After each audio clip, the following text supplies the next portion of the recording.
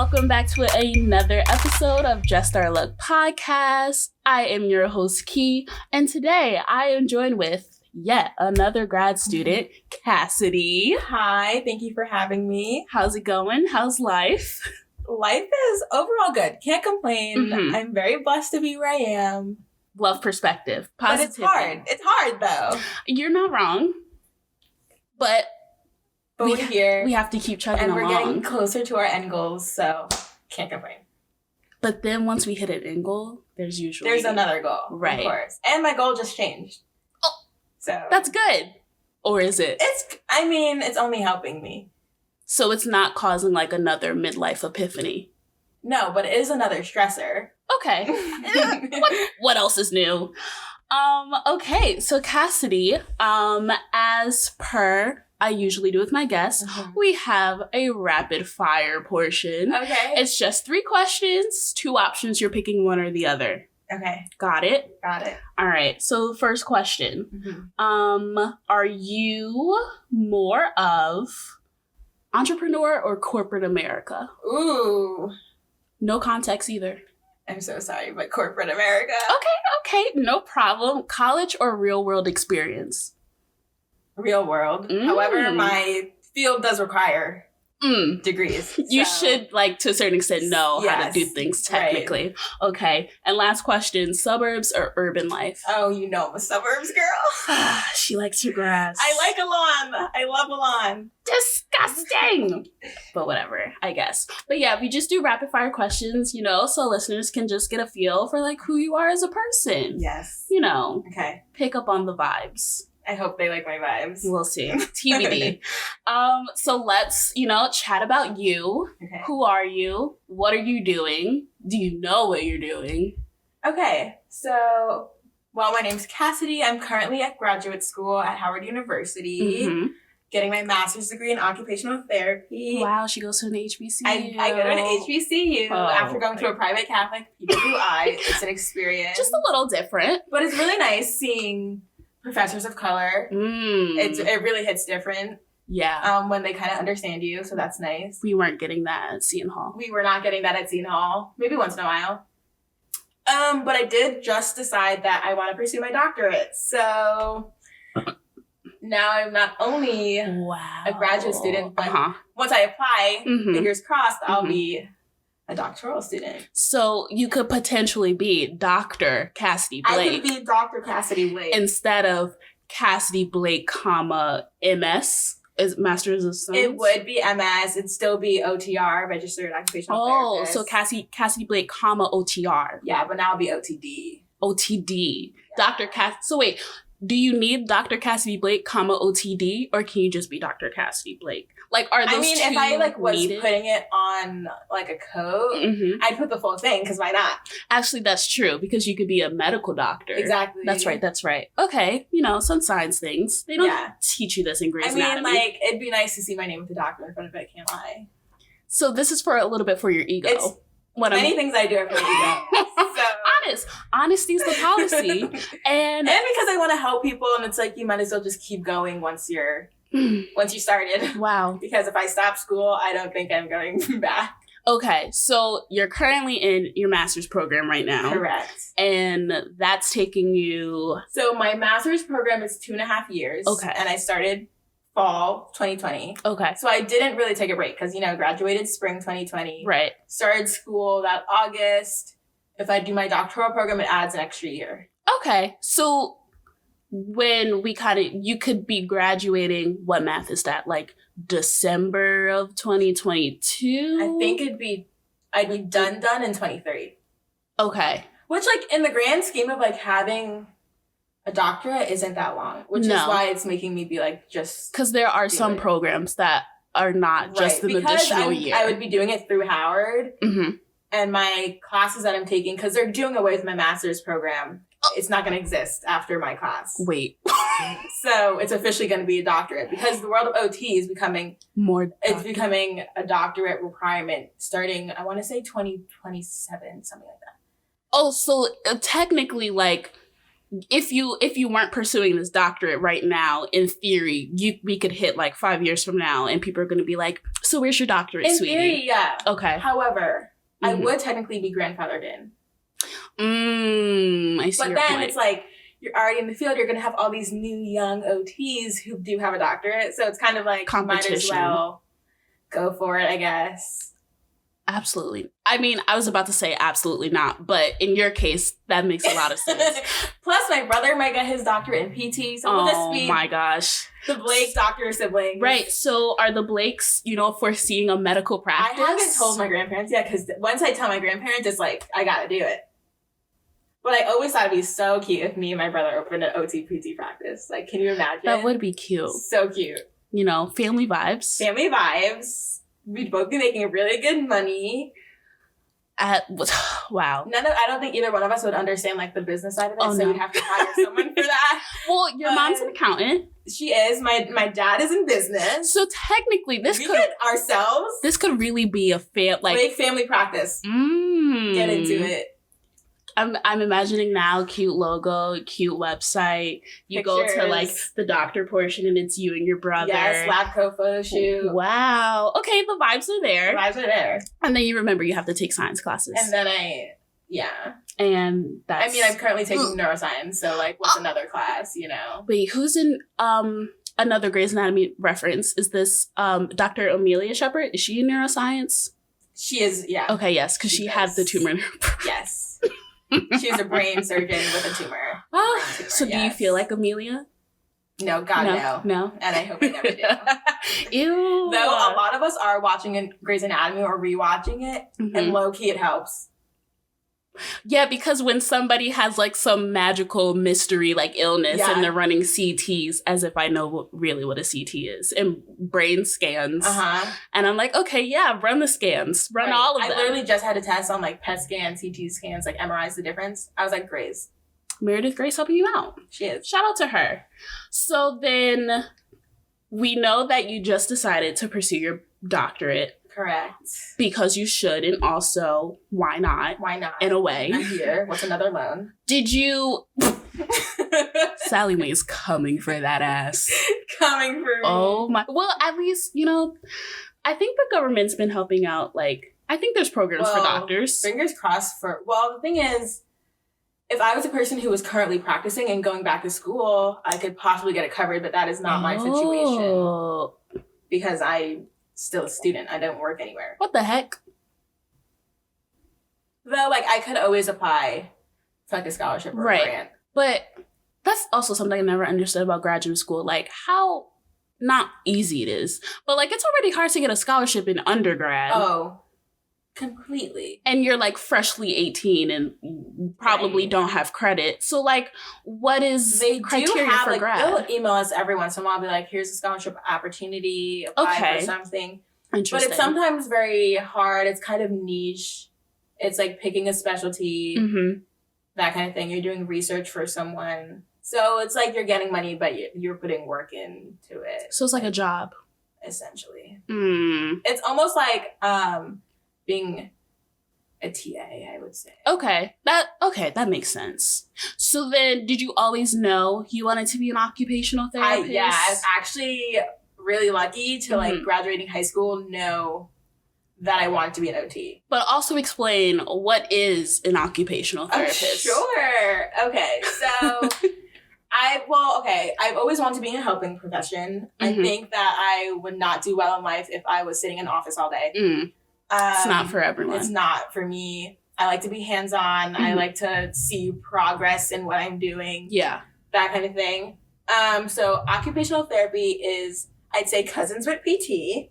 Okay. Which most people know, physical therapy.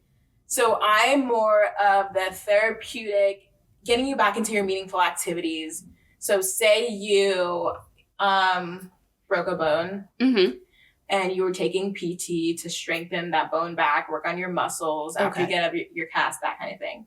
I would go in, help you relearn how to tie your shoes, how to cook. If you have a permanent disability, how do we adapt your life so that you can have the best quality of life with that disability? Okay. Like, So it's not a setback is what I'm saying. So like, is physical therapy maybe like you're trying to learn how to walk again or like hold things versus like occupational therapy is more like we're occupation based, so cooking, cleaning, getting dressed, hygiene, driving a car. Gotcha. Yeah. So physical therapy is more broad. You're getting more specific when you're getting to like more occupational, maybe. You can say that. Okay. Physical therapy is more like you're going to go stretch and exercise. Gotcha.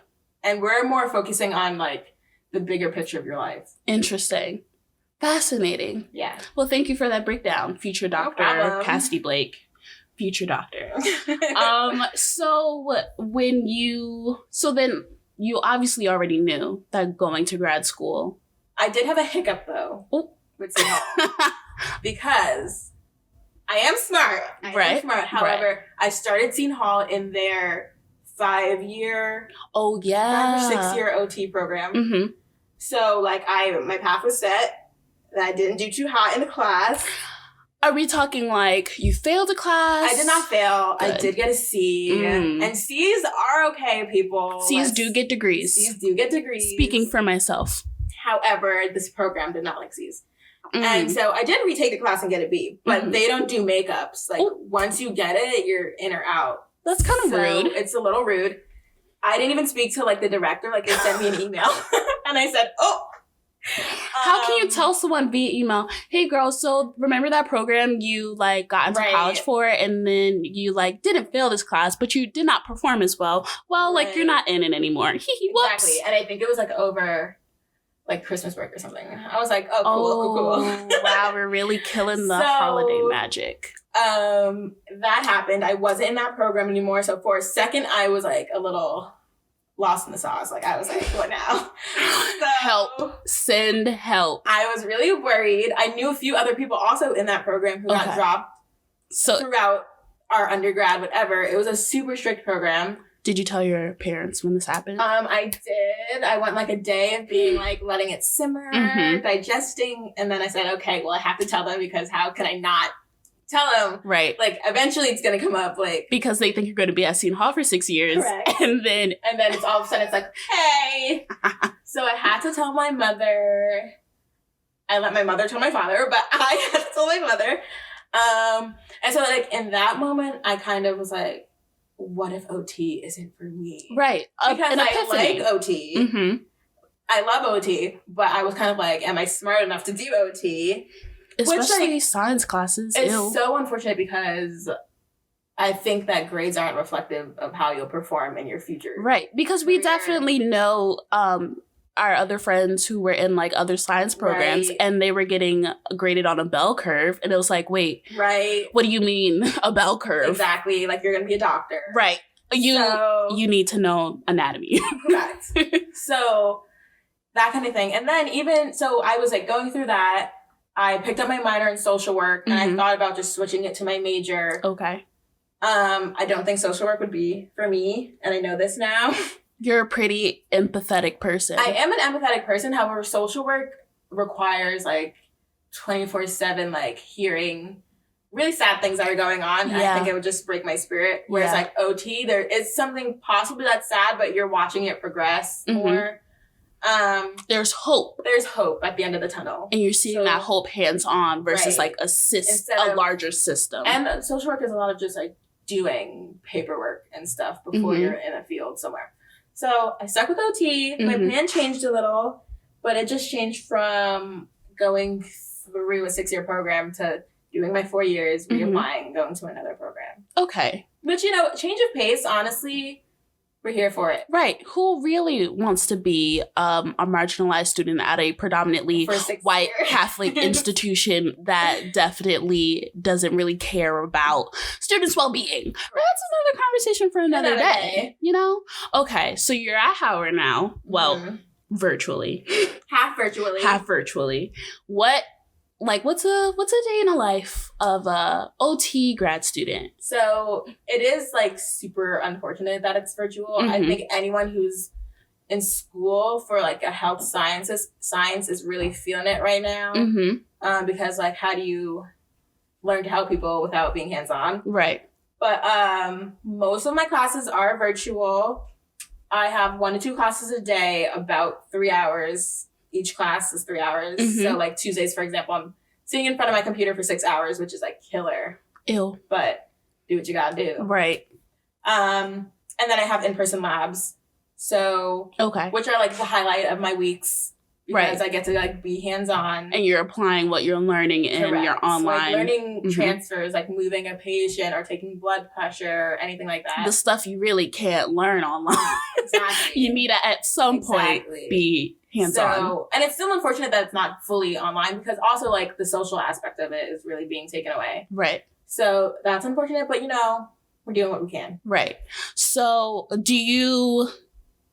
so prior to grad school being fully online, did you in undergrad take an online class at all for you to know that, okay, I could like kind of do online class? I always knew about myself that I was not an online person. I'm like a see it, like feel it, learn it person. Remember to log on to like do something. Right. So I took one online class in my 4 years of undergrad, but it wasn't like a video thing. It was like a post an assignment. You do the assignment, keep it moving. Right. Okay. I've never like spoken to this professor in life.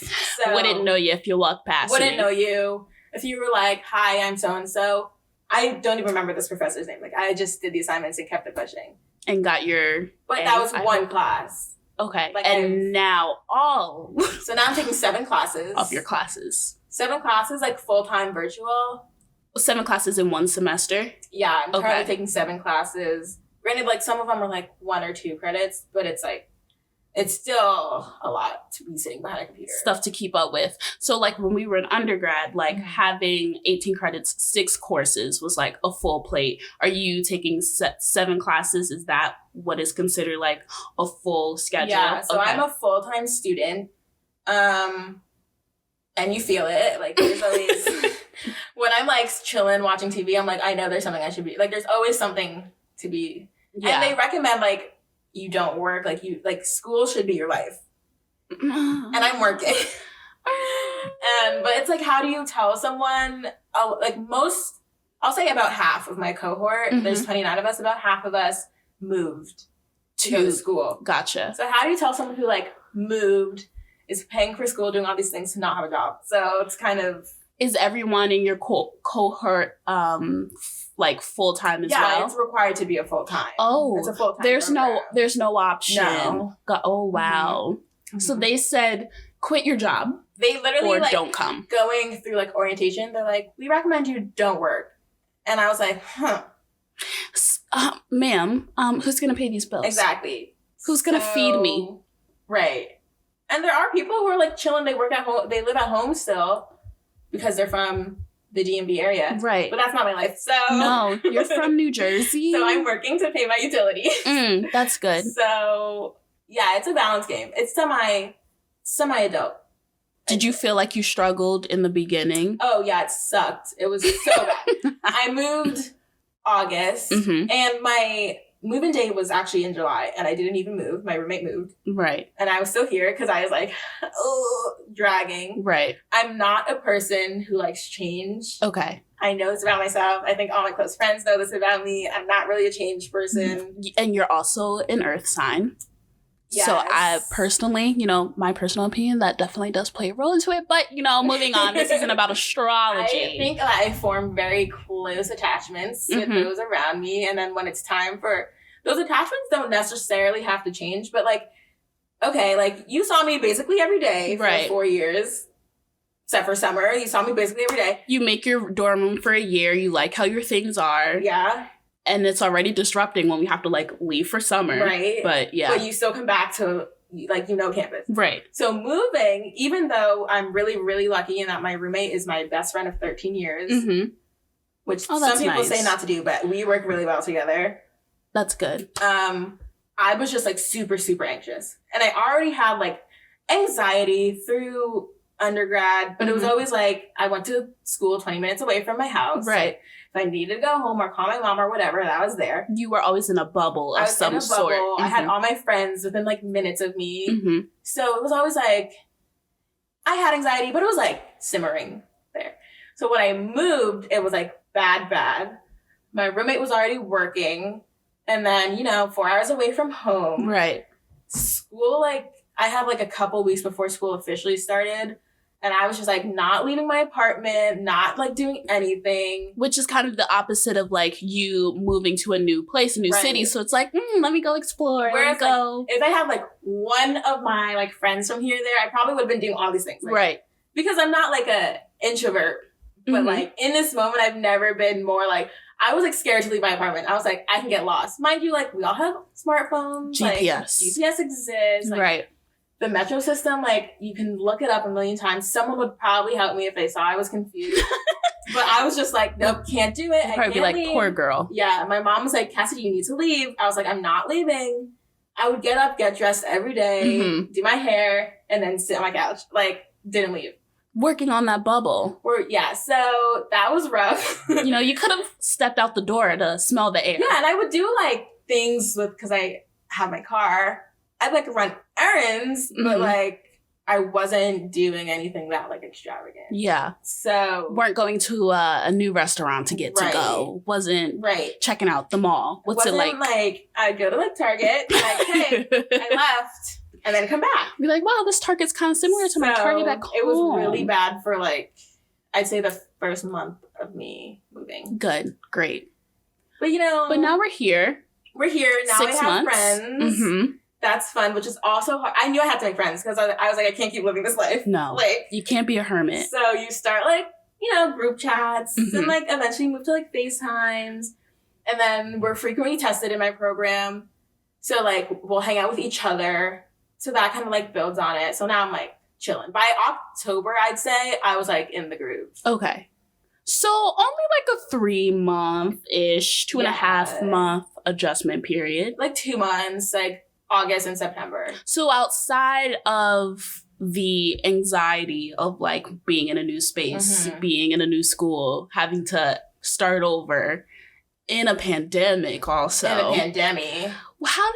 Were you losing your mind? Oh, I'm still losing my mind. It never ends. Oh no. I'm constantly like teetering on the verge of like what's going on. Right. I mean, like last week I was having a meltdown. Okay. And just like regular regular. Gotcha. I mean, I think like anyone who's a student right now like feels it. Like, how am I learning this on a screen? On a screen. And like for some people, it works out. Like some people are really loving this inside all the time life. Not for me. No. And I think it was just like getting to me because I'm so like, I want to help people and I can't do that right now. And like they just canceled my field work, which was a really, really big thing I was looking forward to.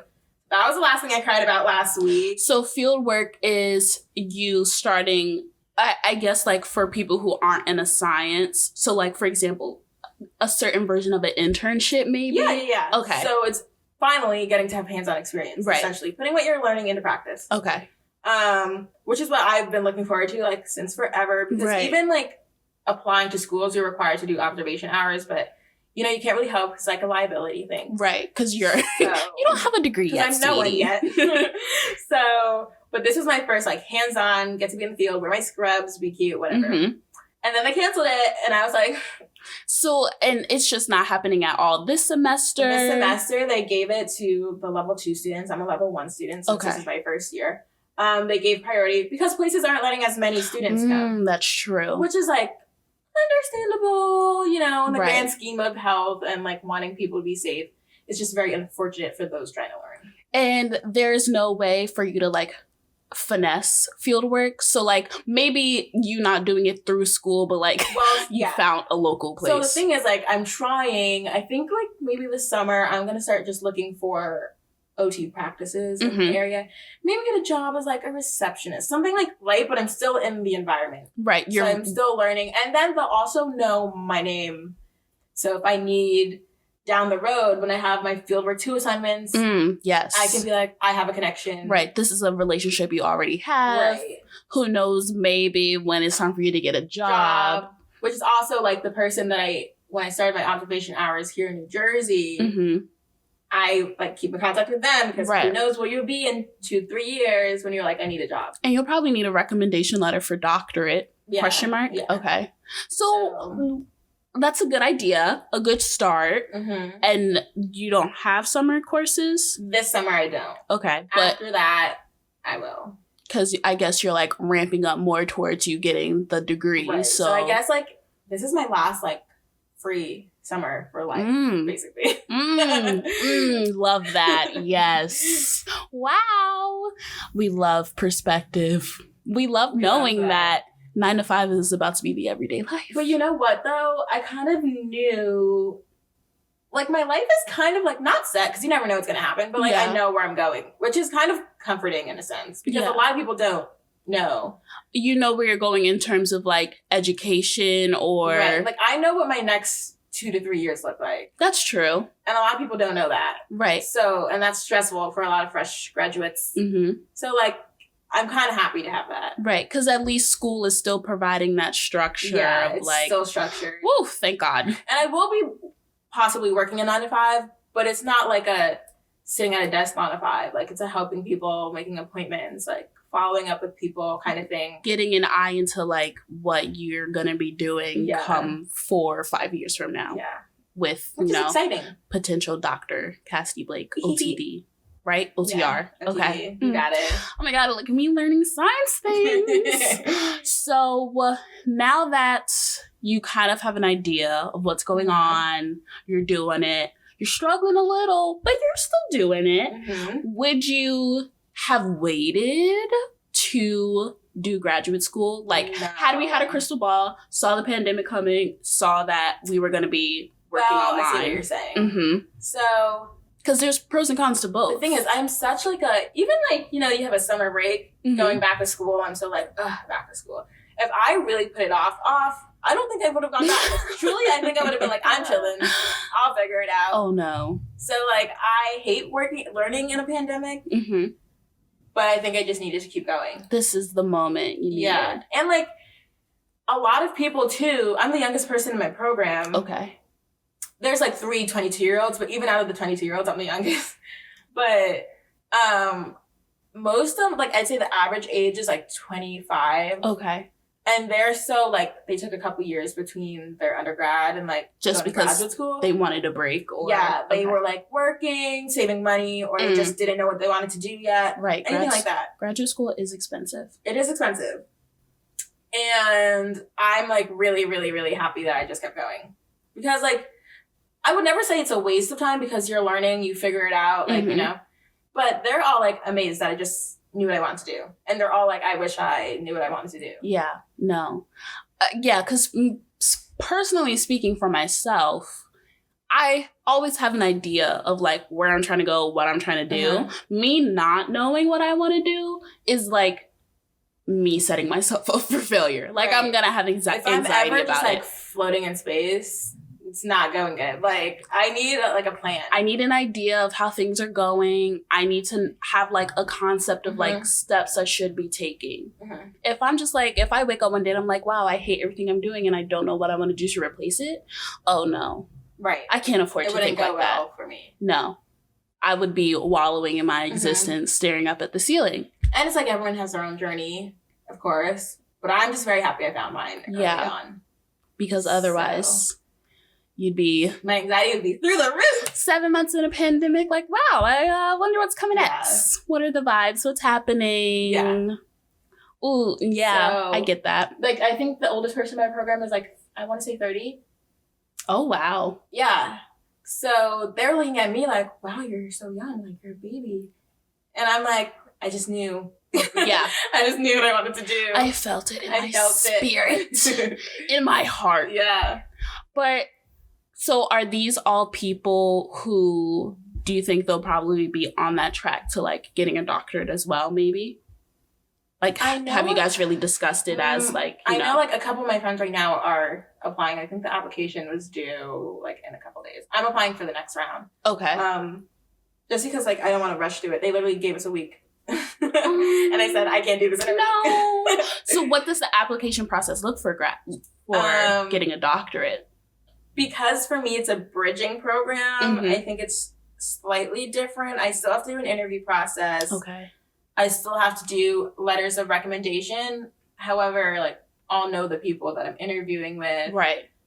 the people who can do recommendations, like some of them are already my professors. Okay. As opposed to like undergrad, there's 1,000,001 people you can ask to do a recommendation. Right, because classes, like, well, yeah, there's so many people you can ask, and then, like, for a professor, it's like, okay, but, like, do I really know you? Right. Which, I mean, yes. I don't really know a professor turning someone down, but when you're in a smaller program, it's easier for, like, somebody to be like... because they know you. Yeah. By name, they see you all the time. Yeah. So... You're not 1 in 100. Right, I'm 1 in 29. Yeah. So that recommendation better be stellar. So you don't have to take any more tests, like, to get into it. That's good. I'm set. Thank God. They'll just look at your grades. Yeah. And be like, she could have done better in neuroscience, but I think she'll do fine. And I'll be like, girl, you know what it is. So that means you'll be in the DMV area. Oh my God. The thing is, people keep asking me this. You think you're going to stay in the DMV area, like, for life? And I'm like, I don't know. Like, as of now, no. Okay. Right now, like, I live in Arlington and I love it. Mm-hmm. It's my kind of place. Mm-hmm. But my people are still in Jersey. Yeah. And I know that can't be life. Like, you can't always be where your people are. I understand. Live in the town you grew up in. People do it. People do it. And I don't necessarily want to live in the town that I grew up in. Right. But, like, my family's up here. My friends are up here. But, you know, I think I also am just not getting the full DMV experience right now. Do you think that's because you're in Arlington or just because of the pandemic? Yeah, because of the pandemic. Okay. I like where I live. I think living, like, right outside of the city... is your vibe? Is my vibe. Gotcha. You know, suburbs, but a quick 10 minutes. That's true. In DC. Mm-hmm. It's a vibe. You're not dealing with the craziness, especially DC, right, which has been insane for the last few months. But... I don't know if I want to stay there forever. Right. But for now, you'll be there for another 3 years. Yeah, in a couple more years there. I'll survive. I'm building my circle down there. So I'll be fine. Eventually, like, maybe I'll have, like, more people in DMV than here. Maybe you'll like living in the DMV area. Can you imagine? Maybe. They're all making fun of me because of my Northeast accent. Listen, in 10 years, you could be on the Real Housewives of Potomac if you just move over to Maryland. I'm waiting for the day that I run into one of them. Ashley's always in Arlington. Are you kidding? I didn't know that. She's always in Arlington, Alexandria. If I see her one day... We need to find Candace in Chris's restaurant. Or Chris's, wherever he works. Maybe sold it. Oh. But I did want to go there. It's not far from me. I looked it up. Okay. So, I'm Plans. down. Or... they can... Oh, no, yeah. Listen, could you imagine you being on the Real Housewives of Potomac, Dr. Cassidy Blake? Like, you'd be like Wendy, but, like, please don't drop how many degrees you have. With the precious, cute husband who just kind of smiles and gives you hugs. Yeah. And he's just like, oh, you want to do that? Okay. Yeah. Could be cute. Could be a vibe. But then the Blake family practice probably wouldn't occur. Oh, my God. Well, we could have 2. You're right. Chains. Chains. Your brother oversees one, you oversee another. Listen, I think we're planning out, like... this is my life. The next 10, 15 years. Yeah, we're here. Who wouldn't want to be? And you can promote the Blake family practice on the Real Housewives. Game plans. This is so exciting. And if I'm on Real Housewives, this already means I'm rich, so... And you would only get richer. I'd only get richer. I mean, eat the rich, but also, you know, as me, if it's a Black rich woman. Exactly. As regular people, we want to live comfortably. Right. You know, Jeff Bezos doesn't need to be a billionaire or Elon Musk. But we can work with a couple. I can have a nice couple 100,000 in the bank. Yeah. a couple commas. Yeah. We would give back to the community. Oh, for sure. We wouldn't be selfish. Listen, do some pro bono work. Andy Cohen, please.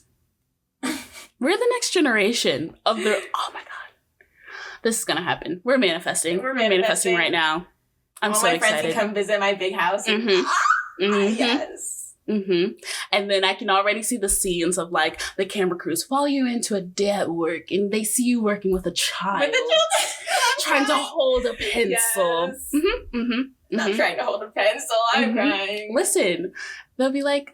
And then at the reunion, you know, a nice cute little montage of Cassidy just being a great person. I already see it. We're doing things. We are doing things. But Cassidy, Thank you so much for joining me today. Thank you for having me. Thank you for being the first science person because we love the sciences. You know, I personally don't speak science over here except for what I learned in Grey's Anatomy. It's fun. Science is fun. I did get an A in chemistry once in high school. Honors biology. I hate chemistry, I'm not gonna lie. What? I love me a cute little periodic table. I'm more of an anatomy, psychology person. I did take AP Psych in high school. Even neuroscience is interesting. Bio and chem, they can go, though. Hated bio. Struggled in bio. Until it was time to, like, dissect things. Dissecting is fun. I think this is the ventric... Oh, okay. Cute. I don't know what we're gonna say. Okay. That's the cue. That's the cue to wrap this up. Listen, I'm trying to think of the sections of the heart. It's not coming to me. Ventricles and atriums. Okay, I was on the right path. You were just gonna have me struggle. We're here. That's interesting. I did not Very know interesting. You were talking about a heart at first, but we got there. It starts with the V. I'm saying ventri something. Context clues. Okay. Whatever. All right. Thank you so much for joining us today, Cassidy. Thank you. We appreciate your perspective. Good luck on the road to doctoral. Everyone join the health sciences professions. Yay! I mean, we all don't need to be cutting people open. I'm not cutting anyone open. I mean, that's true. But, you know, some people were meant to. Who's going to run the Excels? We need someone. Right. I love my Excel friends. Honestly, they help me so much. I know nothing about Excel. Equals, formulas. The world is your oyster. Yeah. Ugh, whatever. All right. Bye, Cassidy. Thank you so much.